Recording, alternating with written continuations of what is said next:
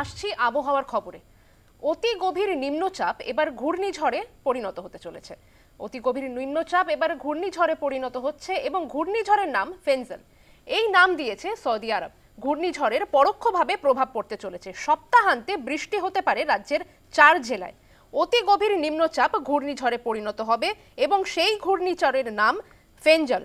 ঘূর্ণিঝড়ের পরোক্ষ প্রভাবে চলবে বৃষ্টি। সপ্তাহান্তে হালকা থেকে মাঝারি বৃষ্টি হতে পারে এ রাজ্যে। উপকূলের দিকে চলবে বৃষ্টি। বৃষ্টি হতে পারে 2 মেদিনীপুর এবং 2 24 পরগনায়। আপাতত শীতের আমেজ তাতে কিছুটা বাধা পড়বে বলেই বোঝা যাচ্ছে। আবারও জানিয়ে রাখবো, অতি গভীর নিম্নচাপ তৈরি হয়েছে এবং সেই গভীর নিম্নচাপ ঘূর্ণিঝড়ে পরিণত হচ্ছে।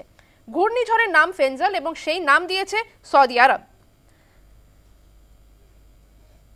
ফোনে রয়েছেন প্রতিনিধি মৌমিতা মিত্র। মৌমিতা, যেমনটা জানা যাচ্ছে অতি গভীর নিম্নচাপ ঘূর্ণিঝড়ে পরিণত হচ্ছে এবং আমি জানতে চাইবো ঠিক কি প্রভাব পড়তে চলেছে বঙ্গে।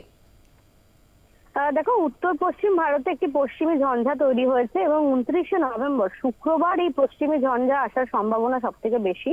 উত্তরবঙ্গের উপরেও একটি ঘূর্ণাবর্ত তৈরি হয়েছে এবং বঙ্গোপসাগরে যে নিম্নচাপ সৃষ্টি হয়েছে সেটি দক্ষিণ পশ্চিম বঙ্গোপসাগরে গভীর নিম্নচাপে পরিণত হবে, যে কারণে সপ্তাহান্তে হালকা বৃষ্টির একটা সম্ভাবনা লক্ষ্য করা যাচ্ছে।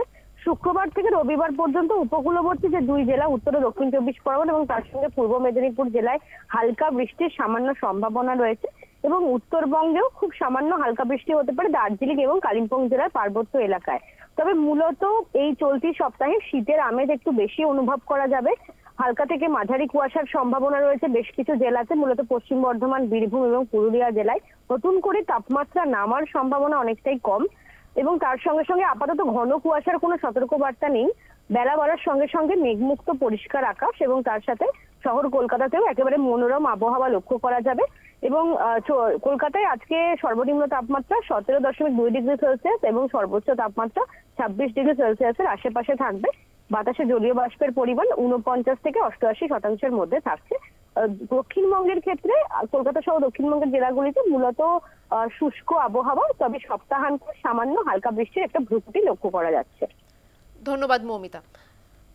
আমাদের সঙ্গে ছিলেন প্রতিনিধি মৌমিতা মিত্র।